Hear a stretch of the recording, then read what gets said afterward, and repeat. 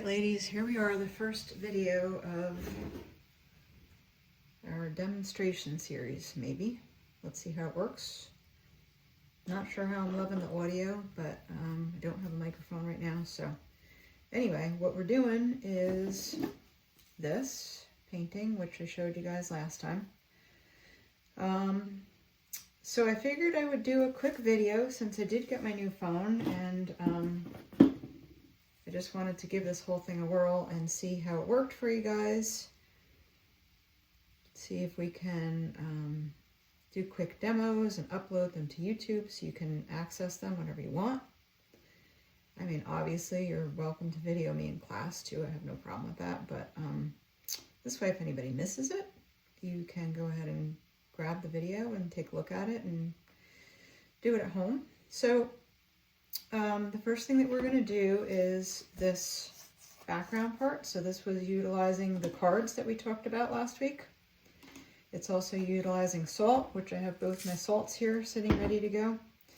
And what I did for the horizon was I took a piece of tape, but I actually cut it with scissors. So I didn't want it to be completely straight and even. I wanted it to have a little bit of unevenness. So I just took scissors and sort of the tiny bit of a bumpy cut to it. So this is going to be the horizon line right here, the difference between the background and the foreground. So you're going to want to tape that down first, after you've taped your paper down, obviously. And so I have my colors, which are Payne's Gray, Cobalt, and Ultramarine Blue. We're going to need salt available to us, and then we're going to need our cards. So this is going to be like sort of a quick process to do the top part, and then that has to dry, and then we can go ahead and remove the salt and do the foreground. So right now this is just a background video. So what I'm going to do is use my wash brush. I'm going to paint the entire sky area with water. And while that's sort of settling in a little bit, I'm going to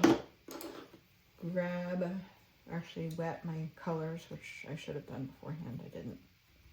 I always tell you to, and I forgot to, so there you go. And this is Payne's Gray. This is my little Payne's Gray thing in here. So I got my colors that I'm wetting. I got my paint that, my paper that is wet. And give it just a little bit of a minute to let a little bit of that shine go away. I also grabbed a couple of floppy brushes because sometimes it seems to me that using our good watercolor brushes, because they're stiff and bouncy, it tends to make marks as we're adding the color in. So I wanted to see how a floppier, cheaper brush would work. That maybe that would be easier to drop the color in randomly without making marks by accident. So we'll see how it goes. I'm going to give it a whirl. Little piece of cat hair. So I'm going to start with the Payne's Gray. And I'm only painting, obviously, the area north of the tape. This is our sky that we're going to scratch in the trees and do snow. And so you can make this as dark or as light as you want. If you don't want it as stormy looking as my original one is. See how this is kind of making less actual marks? I kind of like this. This is a squirrel hair, like kid's brush, like a really cheap, camel hair kid's brush, Blick Economy. I bought them to work with little kids, actually. But because it's so soft, it's not really making a lot of marks in the paint, which is kind of good because it's just dropping things in and let them go without sort of having a brush stroke there. So, I don't know, I might have stumbled upon something. That was my ultramarine. This is some cobalt. So we're just going to drop it in sort of randomly. Again, if you want to make your sky less gray and more blue, you can do that. If you want to make it less blue, more gray, you can do that. The Payne's Gray is really quite dark if it's saturated, which is nice if that's what you want. But if you don't want it so dark, then maybe don't put so much down, or whatever the case, I don't know. This original is pretty dark. So I'm going to aim to do that. I'm going to aim to recreate that as best as I can. So that's going to give me the opportunity to put a lot of color in. because, as we know, everything dries later, right? So it may look really dark right now, but when it dries, maybe not so much. And I kind of like that stormy look, so I'm going to stick with a lot of that gray. I got some puddling going on here. This paper is very, very, very wet. That's okay. A little bit more blue, maybe. Dry my brush off. More paint, less water. There we go.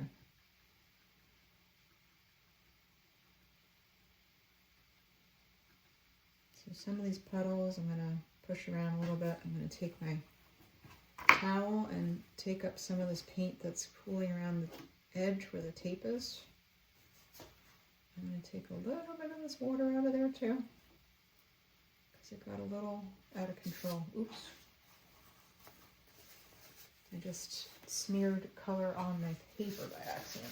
I'm going to wipe that off, because I want to keep that white. Okay. No problem. So I'm going to grab a little bit more color.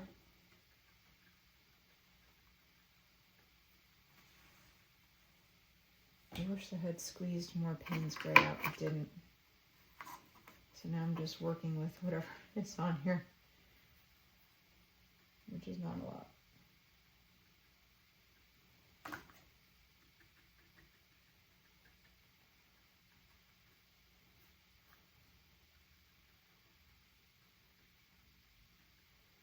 So I was playing around with my new phone before, and I did a time-lapse video. And boy, is that going to be cool for longer projects, because it just gets you the opportunity to speed everything up so you can see it, but you're not sitting there for an hour watching it happen. So I think that's going to be really cool. You know, I'm going to add a tiny bit of this too. This being, what is that? Phthalo blue. Because my ultramarine is getting low. I grabbed a little phthalo just because I had more area to fill, and I should have filled my ultramarine on my palette, and I didn't. All right. I should have actually added more Payne's Gray too, but I didn't. So do as I say, not as I do, ladies. Make sure you got all your paint ready to go.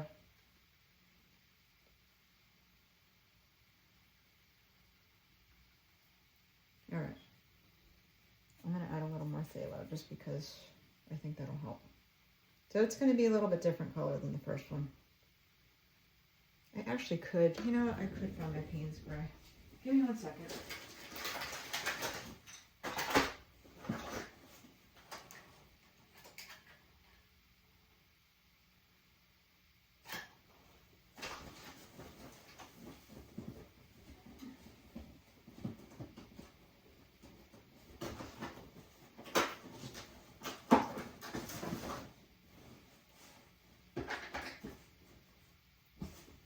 I found it. Here we go. More Payne's Gray. Now we're cooking with gas. There we go. All right.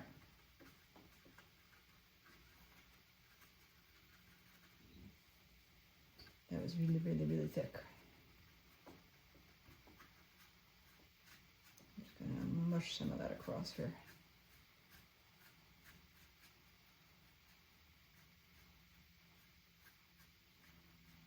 I don't want it to get super duper dark. So what I can do then is maybe blot some clouds out a little bit. To lighten that up just the tiniest bit. I wish this paper wasn't buckling so much. I'm going to add a little more blue to it. This is cobalt. All right, and I think that's starting to even out a little bit now.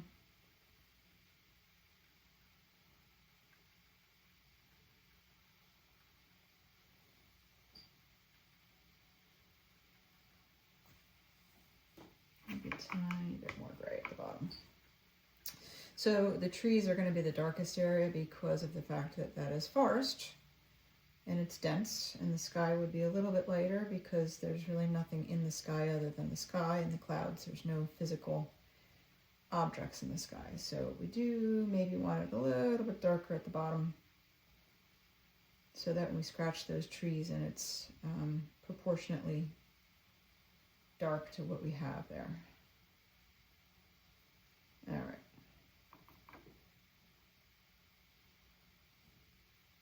I might end up adding a little bit of paint during the scratching process. We'll see what happens. All right, this I'm not loving. Taking that out. All right, so next is salt. I am going to use fine salt. I am not going to use the fat salt. I'm going to see how that looks. If it warrants fat salt, we'll find out very quickly.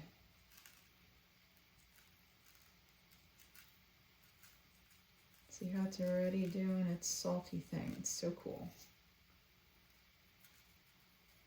So again, as much or as little salt as you want, right?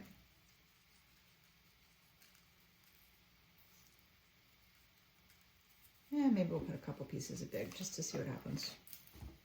Why not? Although it may end up getting scratched completely off with our card, depending on how much work we do with our card. All right, so there's our salt. This is going to take a while to be able to scratch out because it's so wet. So if we make marks, the water's going to want to go right back into that area. But some of these other areas, we might be able to get some. Yeah, it's still pretty wet. Yeah, it's filling right back in again. So we might have to wait a couple minutes. We're gonna get, so what's gonna happen is some of these are gonna fill in with paint, and then we'll have some darker trees that are in the background here. And then as it dries, maybe we'll be able to scrape some of it out and get some lighter trees in the foreground. So we'll see how that works out. And we can make these as tall as we want, so maybe we'll make some big tall ones too.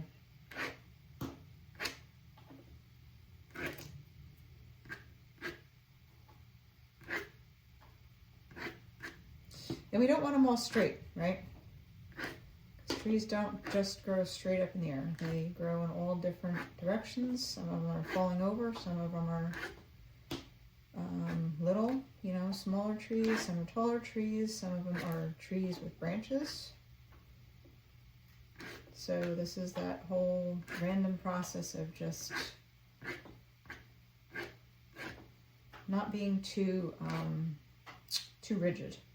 We can also start some from not the horizon line. We can start some back further so that they look like they're back in the woods more. And then the ones that are starting from the tape are going to look like they're in the foreground. So definitely start a few further up.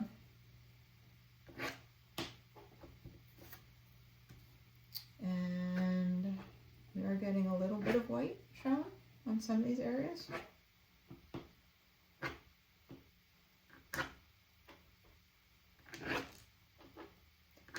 And salt is flying, that's okay. I'm pushing some of the salt out of the way, which is totally fine.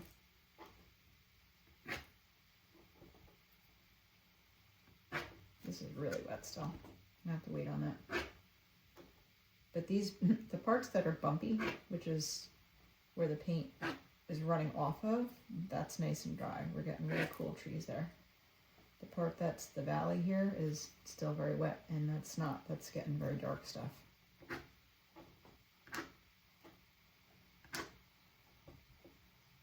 And I'm just dabbing on my towel. I don't know if you can see that in the video. I'm dabbing the paint off.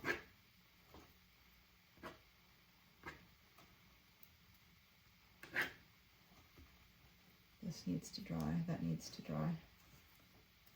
Maybe we can suck a little paint out of there.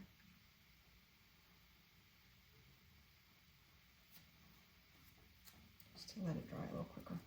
But look how cool this guy looks. The salt is really, really reacting with those colors, the ultramarine and the Payne's gray. Gives a lot of really, really cool frosty look. So that's one of the reasons why I chose Payne's gray, because it does react really well with the salt. Whereas, you know, some of our other colors that are lighter or less staining don't do so well. This is a really dramatic effect. So maybe we'll let that dry a little bit. But anyway, you see what I'm doing. You see the process. So you're going to cut your piece of tape, lay it down nice and tight. Ooh, there's water under there. Lay it down nice and tight. And then have your 3 colors, which was Payne's gray, cobalt, ultramarine. I did end up using a little bit of, what did I say it was? Oh, Prussian blue. That's not what I thought it was. All right, I ended up using a little Prussian blue. Ha!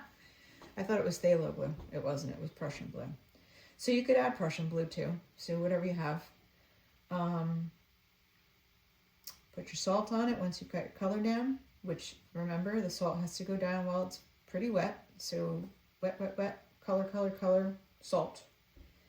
And then as it starts to dry, you can use your card or cards to start scratching some trees out. As many as you like, as few as you like. Make some coming out of the background so you have depth in your forest.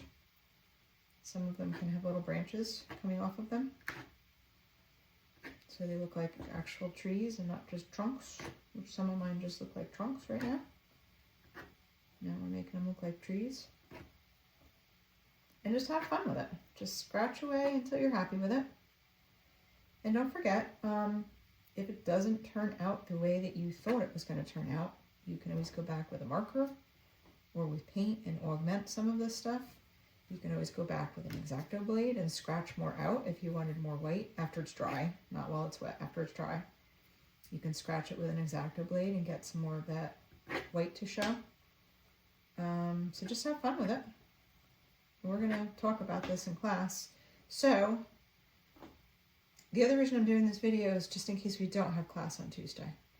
Because I know the snow will stop on Monday, but I don't know what the roads will look like. I don't know if power will be on. I don't know if you guys are going to want to come out after 2 days of snowing. So I'm going to attempt to post this on YouTube and I can send you the link. And if we do not meet, at least you have the video and you can do this yourself. I think everybody probably has table salt in their house. And I think everybody probably has a card that you can cut up if you haven't already. And that's all you need. You have tape, you have cardboard, you have paper. So you can do this at home if for whatever reason we're not able to meet, excuse me, on Tuesday. But if we are, I'm going to bring one and we're going to do it together. But this is a good reference that you can go back to over and over again. So there's my little forest. There's what it's hopefully going to end up looking like. And then that's going to need to dry well, as you know, before we can get the salt off. And then I'll do a second part with putting the trees in. I'll send you that as well. It'll be a second little video. And then, you know, hopefully we get to do it in person. But if we don't, at least you can reference them and try it at home. Alrighty, talk to you later. Be safe, ladies.